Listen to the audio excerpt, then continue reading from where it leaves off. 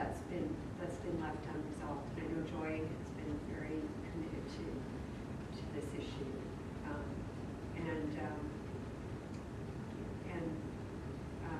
yeah. And so I see similarities with Germany, with Jews and Israel and Palestinians. Yeah, so that duality is really the most prominent thing in my mind. You know, and a friend of mine just produced a powerful documentary about comfort women called The Apology, which you should all see if you can. It's an amazing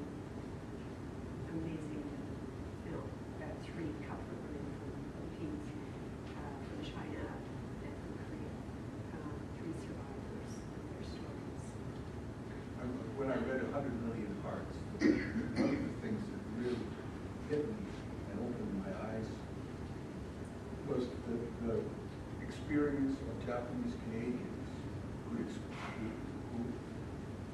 dealt with so much racial prejudice and made to feel so inferior, how they felt when they went to the Japanese Empire, not Japan, but to someplace like Manchuria, and how that shift in status was for them a kind of mind-blowing experience. How did you kind of imaginatively reach those characters and imagine that setting? Oh, I know, it was a dark place. No, I mean, the reading that I did, and I looked at biographies, self-published biographies, and things of people who experienced that. Yeah, it was a real dark immersion. And that, I guess that was really what, you know, that was like the most intense period of my, you know, evolving relationship with Japan, and my imagination about it, and trying to reconcile everything.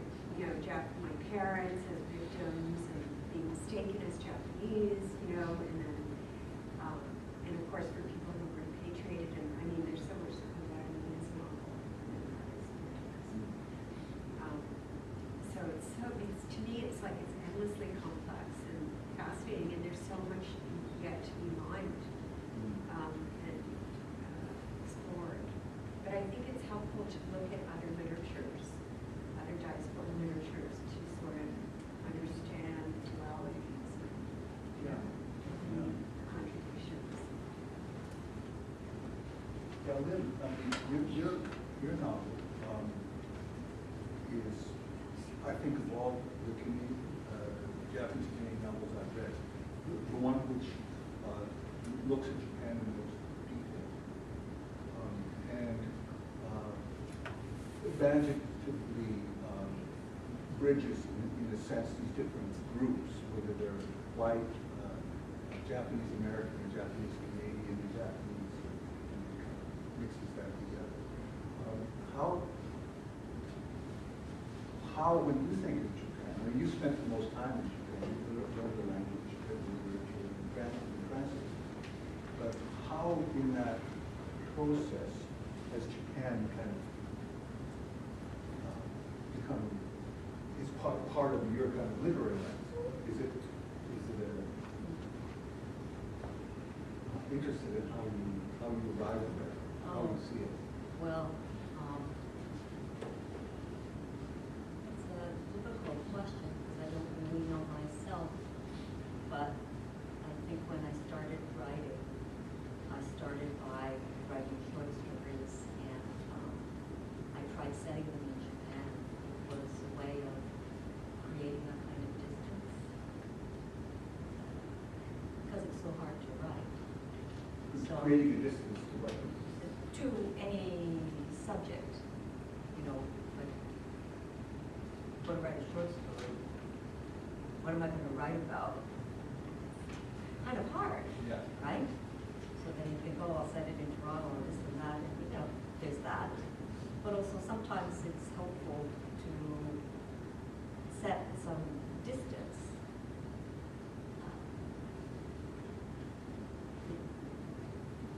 Maybe in some cases, with the imagination a little bit. you can set that distance in time, maybe historical in years, or even into the future, for instance, or you can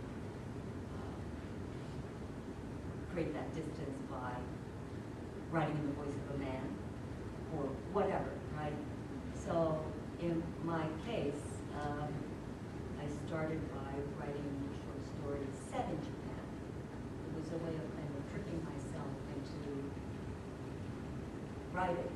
So I would have to describe something, but I wasn't describing this, the Toronto subway system or something that everybody knew. But I could sort of allow myself a little bit, or what I thought was a little bit of leeway, by describing something that I'd seen, that I knew. But, most people reading in English maybe didn't know, right? So I allowed myself that kind of freedom. It freed up my imagination, I guess. That's how I started. And so then, when I started to think about writing something longer, I wanted to set it in Japan. And once I got the idea of setting it in this particular time period, then I was able to bring the different characters together. But yeah, I find Japan to be a very interesting, imaginative space, I guess. I mean, the 1940s seems to have this almost gravitational pull on so many people, that and then of course, in the case of the war, half of the 40s is the war and half of the 40s is the post-war. And in your novel, you kind of are connecting to that amazing energy, but also trauma of that period. But I mean, Ishiguro writes. When I read The Electrical Field, the first writer I thought it was Ishiguro, because of the way that he developed that character, a little bit like Remains of the Day, that sense of gradual revelation, some hidden reality.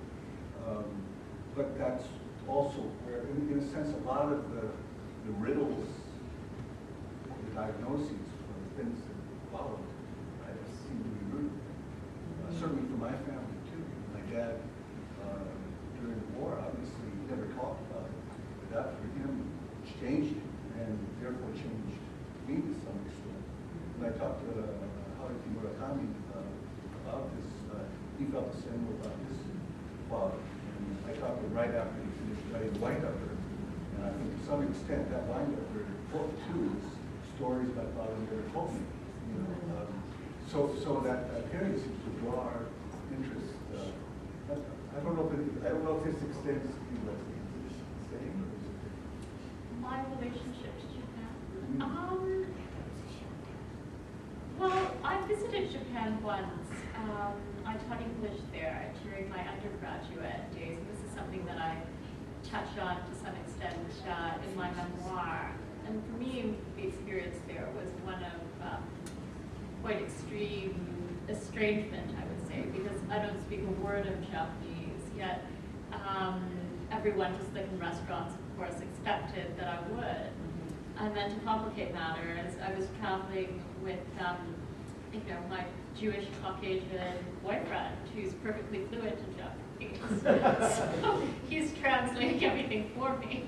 So I felt like everywhere that I went there, I was attracting all of this sort of unwanted attention to myself, like just simple things, trying to order a meal and becoming this sort of spectacle or freak show. So that's I suppose one aspect of my actual engagement with Japan as a place. My imaginative engagement with Japan, I think it's somewhat similar to the way, maybe somewhat similar to what Kerri and Lynne were describing. Like there is this sort of sense of vanished homeland, or a sort of search for lost cultural origins, perhaps. I think in my own writing, in the novel that I've just finished, one of the ways in which Japan factors into the narrative is in terms of the protagonist, this young woman. Her mother has gone back to Japan and abandoned the family. She met a lover on the boat going back to visit Japan, and then never came back. And this is sort of loosely drawing on some actual events.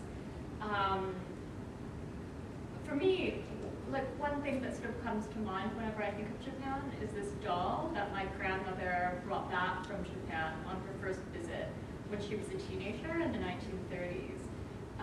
She went on this trip there. I believe she was being sent to meet with, she mentioned meeting with a matchmaker when she was there, and there seemed to be some speculation that she might meet a husband and stay in Japan. And part of the reason why her parents were sending her over there was because they wanted to get her away from my grandfather, who was seen as being kind of wild and a bad influence. But they continued to remain in touch by letters, and then after the year was over, she came back and brought this doll with her, which she passed on to me after she died. And so whenever I look at this doll, I sort of think of that crossing and that possibility of having stayed there and what that would have meant for the entire family and the lineage. Like I would be here, I would be a completely different person. And so I suppose that sort of specter of that other self is also sort of tied to my association with Japan. Now, we've been talking for just about exactly an hour in this format. So we have a nice circle, and I think it would be nice if people make comments or questions from the audience. And you guys can talk to each other as well, so kind of break down